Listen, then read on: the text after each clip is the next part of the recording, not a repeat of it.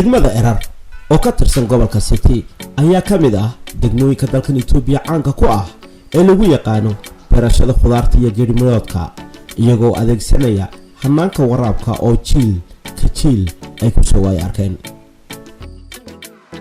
degmadan waxa Ilaahay ku manaystay qurux, cimilasan, carafayo iyo ila biyo oo sanadkii idil turturaya. shacabkan ayaa waligiiba beeraha ku beeran jiray hanaanka waraabka waxayna ku tirsanaayeen biyaha uga yimaada dhanka buuraha deegaanka Oromada.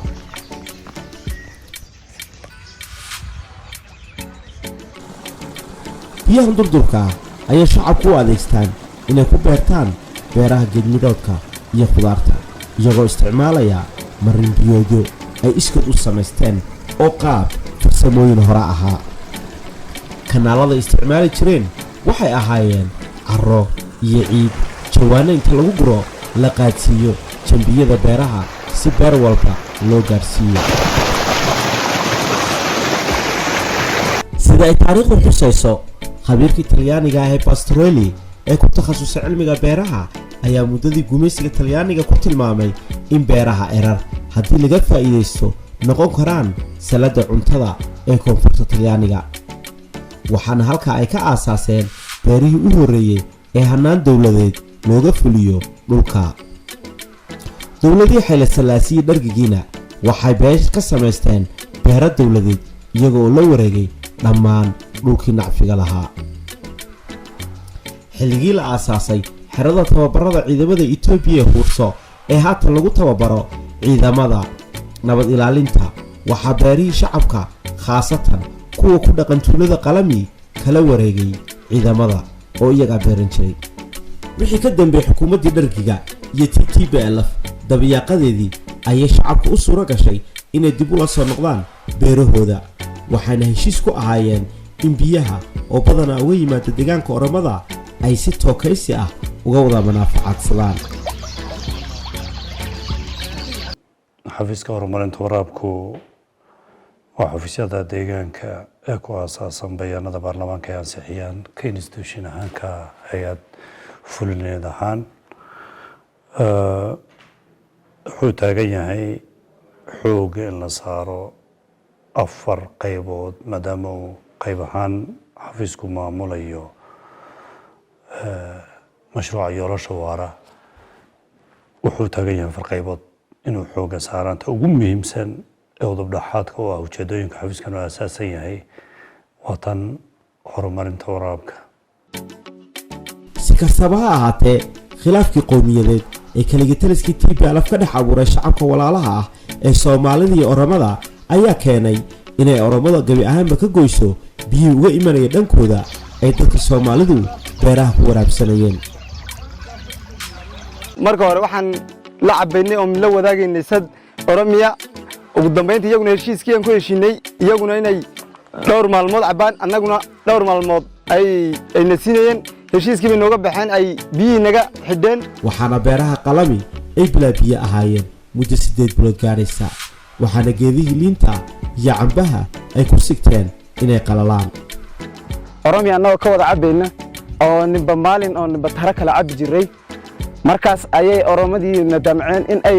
markeen annagu lahayn maadaama dhulka wadanka uu dhax tagi jiray oo ka soo leexin jiray imse qof ay halka ku dileen oo waliba dhaawac wax walba soo geysanayeen. marka iyadoo sidaa oo dhibtaan arkayno yaa waliba narakana maarmi karin oo tagi jiray annagoo xitaa dhibtaan aan soo arkayno waana tagi jiroon. si haddaba loo badbaadiyo beeraha shacabka oo ayna u qalalin isla markaana beerleydu ay ka maarmaan biyo meel kale ka yimaada ayaa waxa xukuumadda deegaanku ay tuulada qalami ka qotay ceel biyood aad u awood weyn oo ka kaafiyay in loo biyageliyo Huurso iyo qabalayada agteeda ah iyo waliba waraabka 3 tuulo oo ku fadhiya dhul kumanaan hektar oo beera ah. sidaa darteed markay dawladeen waxa dhibka ay aragtay waxay noogu dhifatay ceel halkan burkan dabadiisa ayay biyaha halka ceelka cabitaan shacabka loo bixiyay ayuu Ilaahay noo sii weyneeyay oo bad weyn nooga furay. way horta biyahan way awood weyn markii ay soo baxeen in yar adu hoos baa loo caburiyay kadib waa la sii daayay marka waxa weeye laba kanaal baa laga dhigay mid beeruhu cabaan iyo mid ay saddex qabale ay cabto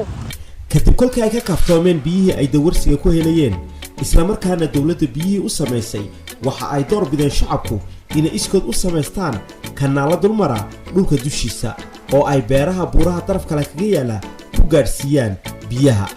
waxayna samaysteen kaabad biyoodyo ka samaysan jingado iyo geedo ay laagaga ku dhex taageen oo ay biyaha ku dalacaan si ay dhinaca kale u gaadhsiiyaan waxaan damacnay in aan xoog iyo muruq iyo awood iyo fikrad waxaan haysanay inaan isku darsanno oon halka boondadu ay ku taalo jingada iyo looxana iyo inta wax isku daba xidhnay aan ku soo dhaafino biyihii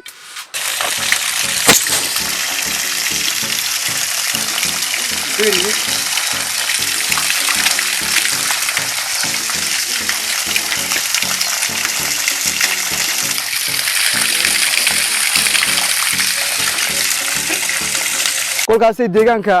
inooga yimideen wasiiradii sidaasay u arkeen shacabka oo sidaa u rafaadsan oo rajadoodu dheer tahay oo inay biyaha halkaas u leexiyaan ay beerahan 146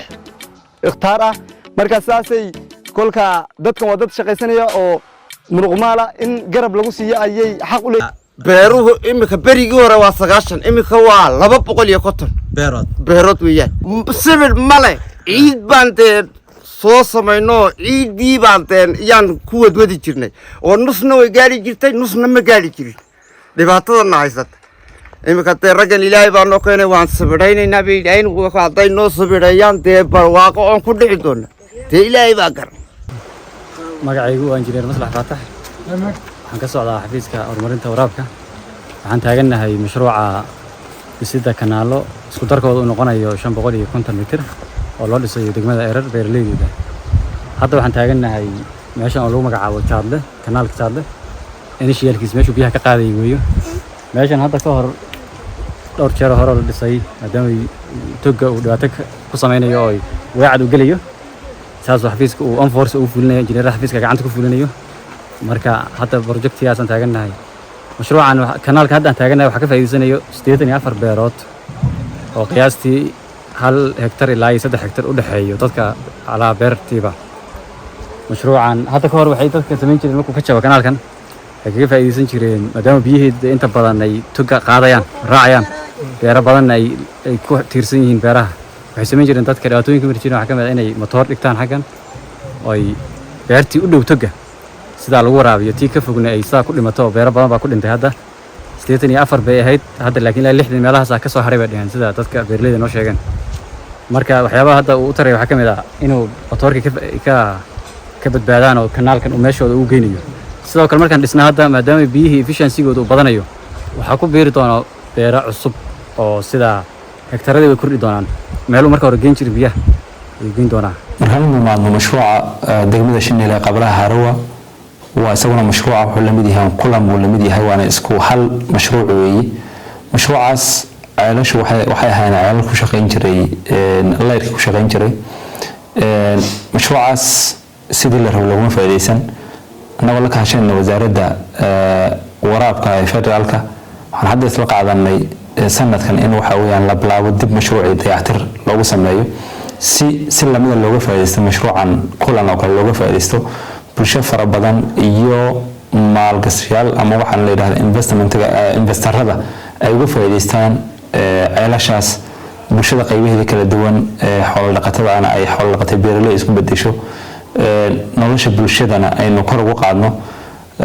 lacag aad u fara badan oo ilaa ku dhow 2 bilyan baa hadda waxa weeyaan in la geliyo mashruucaas oo laga shaqeysay ceelasha hadda wasaaradda qorsheysay iyadoo laga duulay designkii hore iyaan hadda waxa masuul isla qaadanay wasaaradda mashruucan waxaan rajaynaynaa hadduu ilaahay dhaahdo ilaa 2017 ma dhamaadka 2016 inuu dhamaado mashaariicdaas faa'iidada ay leeyihiin markaan dib u qiimeeyno waxaan aragnay faa'iido aad u ballaaran wax soo saarka kor loo qaado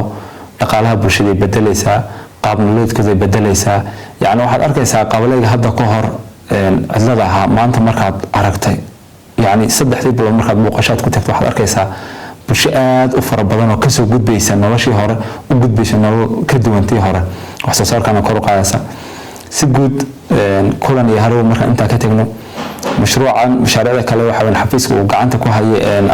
يعني كبر لعنة إنه قلت هرمرت ورابك سجود وحوين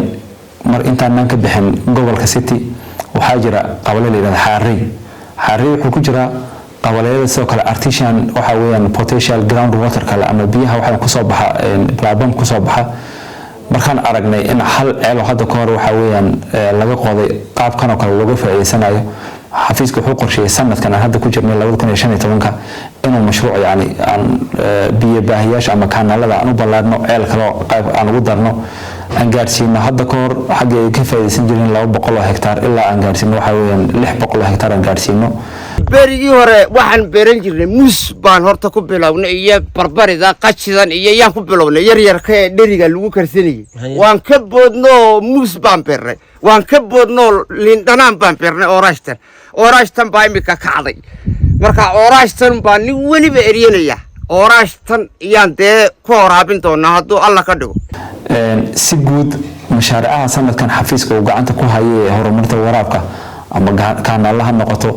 ama waxa weyn heer warsa ama waxa weyn waxa la structure la dhisaayo oo biyaha lagu soo leexinayo ha noqoto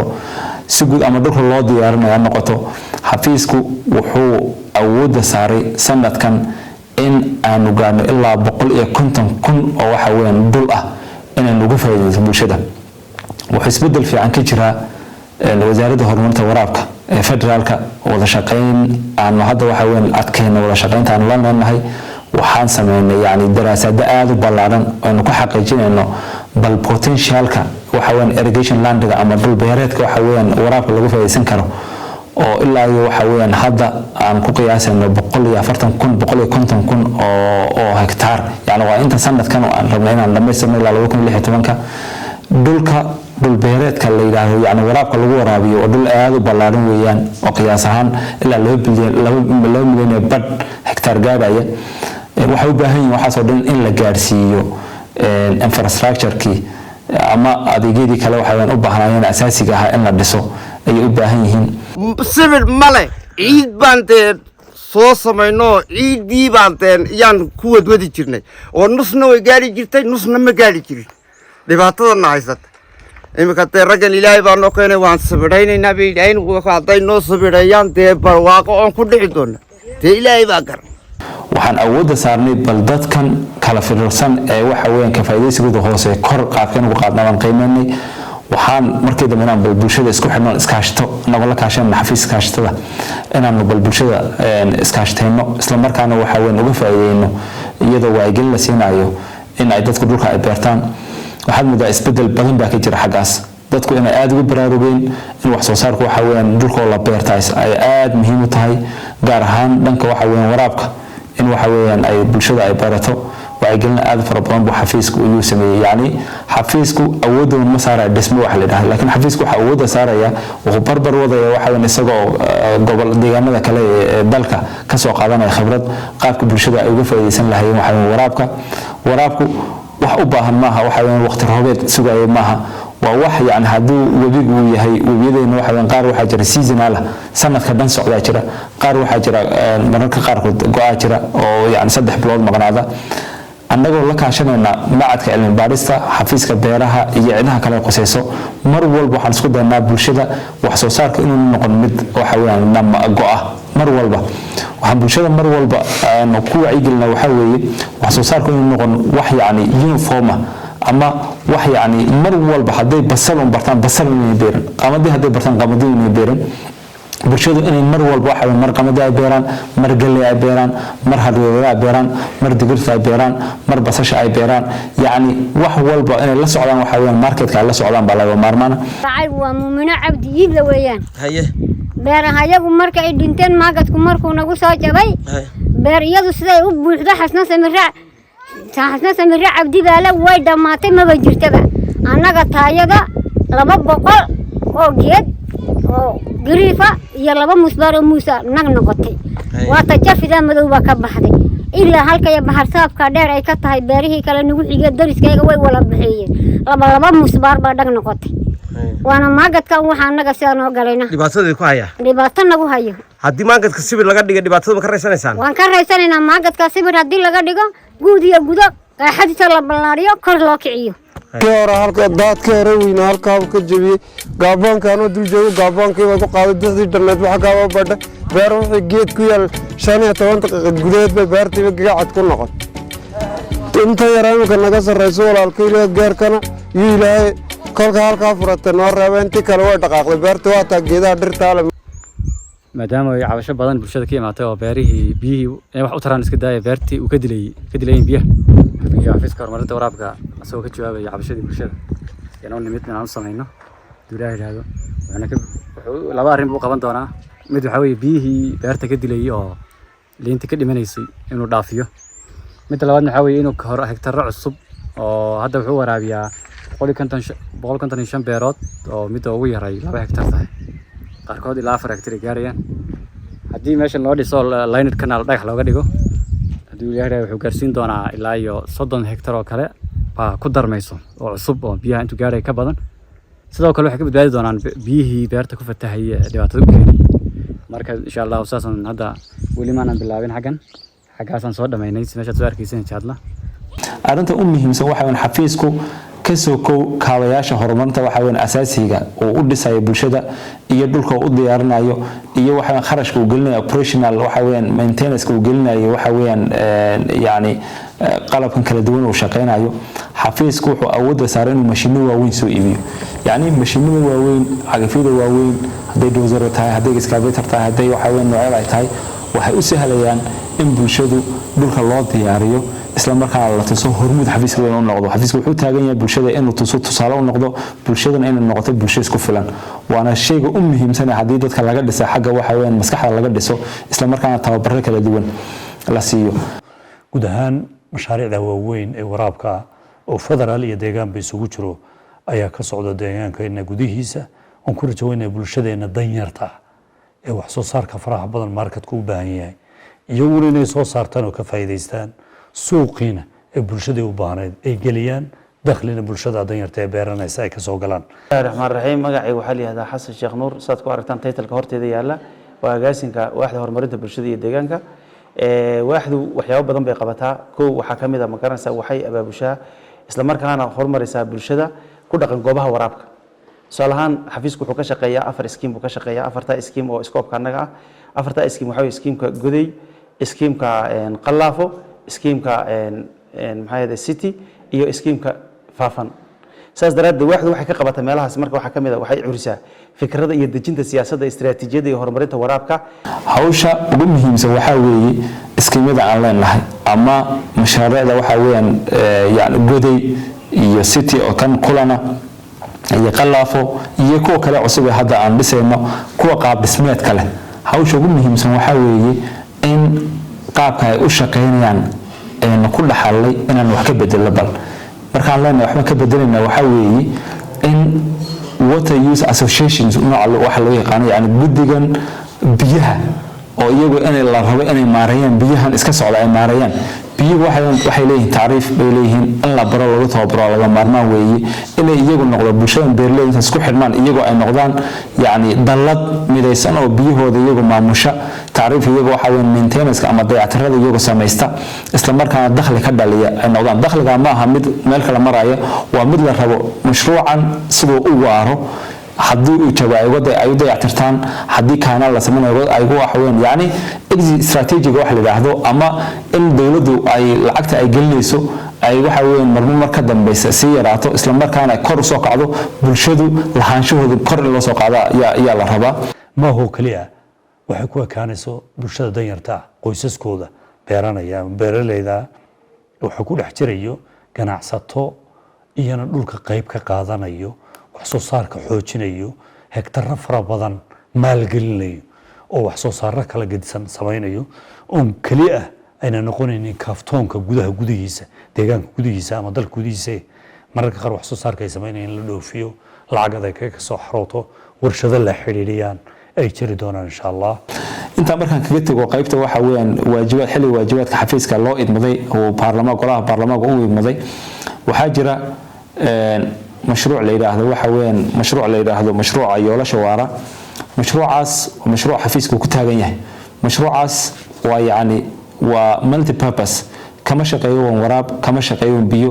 afar component waaweyn ba mashruucaas iyuu leeyahay hawsha ugu muhiimsan mashruucu ka shaqeynayo sanadkan waxa weeyaan awoodda aan saarnay ilaa 40% ilaa 45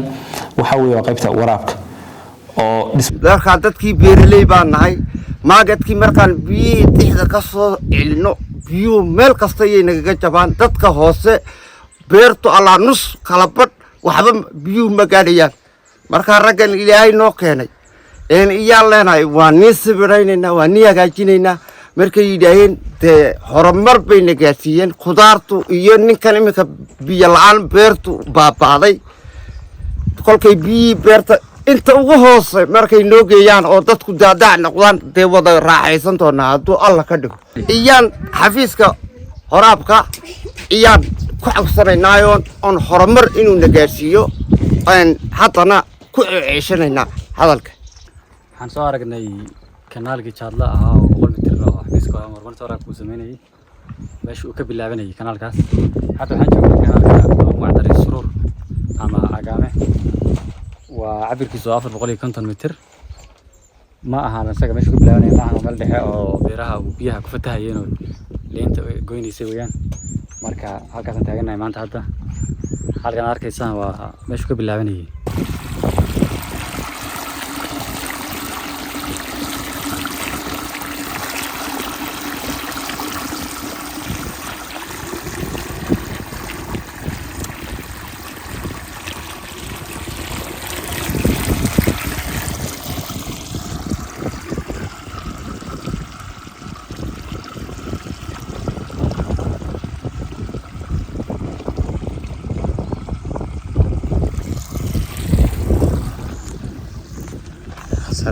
iyadoo goboladu ay biyaha helitaankooda ay ku xidhan tahay waraabka loo isticmaalayo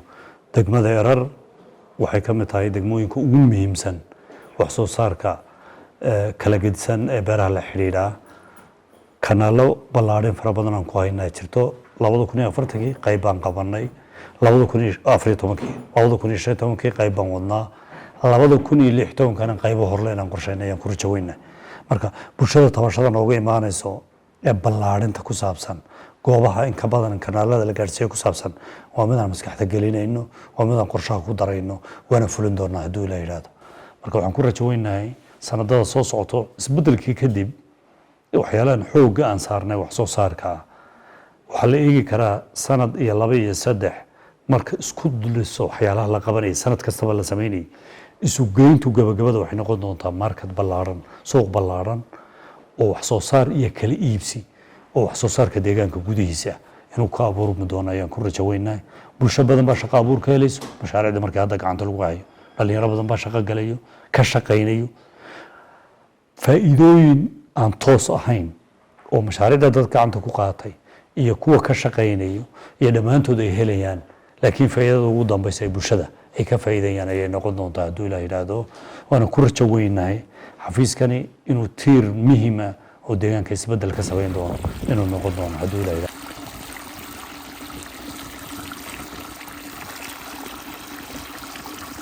raggan ilaahay baa noo keenay